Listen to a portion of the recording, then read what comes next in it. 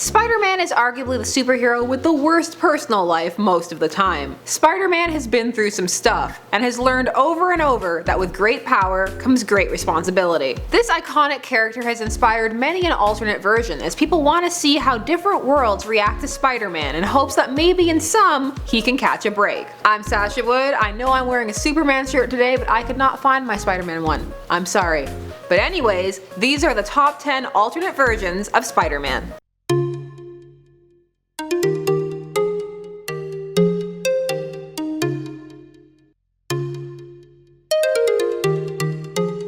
Number 10. Superior Spider-Man, written by Dan Slott and running from 2013 to 2014. Some are not certain if this counts as an alternate Spider-Man, as it takes place in the main Marvel universe, Earth 616. However, it certainly plays out like an alternate tale. Following Peter Parker's death in the Dying Wish storyline, Dr. Octopus implanted his mind into Peter Parker's body and took over his life as both Spider-Man and Peter Parker. Doc Ock's Spider-Man is much more arrogant, harsher, and more violent, as well as draconian, enlisting the help of legions of spider robots. Superior Spider-Man was very successful, and it was aided by the fact that by this point, we all know death isn't the end, especially not for a character as popular as Peter. So if you want to find out if Doc Ock truly is the superior Spider-Man, give this series a read and find out. It's all collected, it's easy to find. Another ish in at the purest alternate department, in at number 9, the Scarlet Spider. Firstly, there are 4 versions of the Scarlet Spider just in the main universe alone, but when most people think of him, they're thinking about Ben Reilly, a clone created by the Jackal. The tale of Ben Reilly is long and convoluted, much like the clone saga from which he hails. He first appeared in The Amazing Spider-Man number 149 in 1975. After losing a fight with the real Peter Parker, he takes on the identity of the Scarlet Spider. He proceeds to protect the city alongside him, even though Peter doesn't want him to. For simplicity's sake, in cartoon adaptations, he is frequently just from an alternate universe. He's low on this list because his arcs again take place within the main Marvel universe, though he is technically physically another character who was/is Spider-Man. He had a neat costume though, which may be why people remember him so clearly. Taking it to an alternate reality at number 8, Zombie Spider-Man. He's from the 5-issue limited series Marvel Zombies, released from 2005 to 2006. This series took place on Earth 2149, a world infected by the Hunger, essentially the zombie virus. Before the virus, it was almost identical to the main Marvelverse. A zombie himself, like pretty much every other character in the story, Spider-Man is one of the only zombies to show any remorse for his actions. This series is gruesome, as you'd expect any zombie epic to be, and was written by Robert Kirkman of Walking Dead and Invincible fame. If you love all things zombie, well now you have something else to add to your list. Next up, in at number 7, Japanese Spider-Man. There is a Spider-Man manga that ran from 1970 to 1971, written by Kosei Ono and Kazumasa Hirai. The story follows junior high student Yukamori. He's bitten by a radioactive spider and gains amazing spider powers. So basically it's the exact same story, but in a Japanese setting with originally written stories. It's set in a shonen style, that being manga aimed at a young male audience, which coincidentally tends to be what achieves mainstream popularity over here in the West. The tone was also different, and when Hirai Kazumasa, the second writer, took over, the series began to take a different direction, becoming more sexual and violent, to the point that when Marvel began to reprint the series in 1997,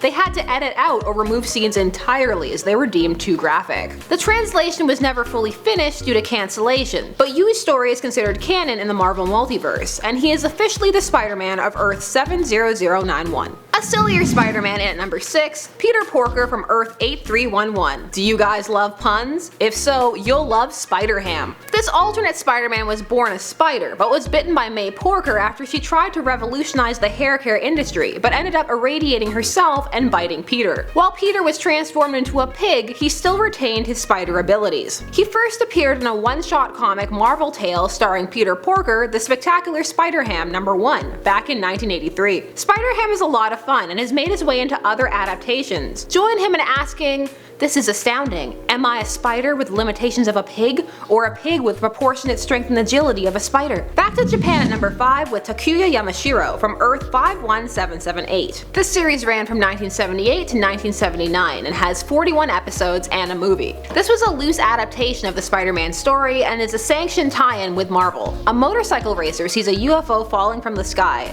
but it's a warship called Marveler from the planet Spider. His father is killed investigating the crash, but TAKUYA TAKUYA followed his father and learns of the war on planet Spider and the impending alien threat. He is injected with some of the blood of the only survivor, which gives him spider-like abilities, but he also gives him a bracelet to activate his spider protector costume. This costume also shoots webs and controls the ship, which can turn into a giant mech.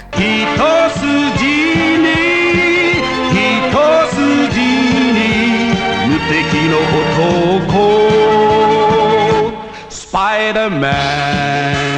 If all of this sounds amazing, treat yourself and watch an ep. It's just as glorious as watching the 1960s animated Spider-Man. Number 4. Spider-Man Noir. From 2009 to 2010, Marvel ran an alternate universe event wherein they placed some of their most popular characters within a pulp setting. It proved very successful as the noir element provided a steampunk-esque vibe to the characters, and fans just really gelled with the designs. Peter Parker of this 1930s world is dark, with villains to match, with a disfigured Green Goblin, the Vulture is a cannibal, and a Spider-Man who wields a gun. Spider-Man Noir proved so popular he got a sequel book and was even part of the Spider-Verse arc that ran on the Ultimate Spider-Man series. If you like this genre of works, these comics are worth checking out. It's a fun romp into the Marvel multiverse, and he is officially the Spider-Man of Earth 90214. From the past to the future at number 3, it's Spider-Man 2099. Marvel 2099 was a series of comics that launched in 1992 and was an attempt to bring stories into the future and keep them relevant to the trends of the time. It was originally supposed to predict the official Marvel future, but that idea was later scrapped. There were a couple of titles, such as Punisher 2099 and Doom 2099, but Spider-Man was always the most successful.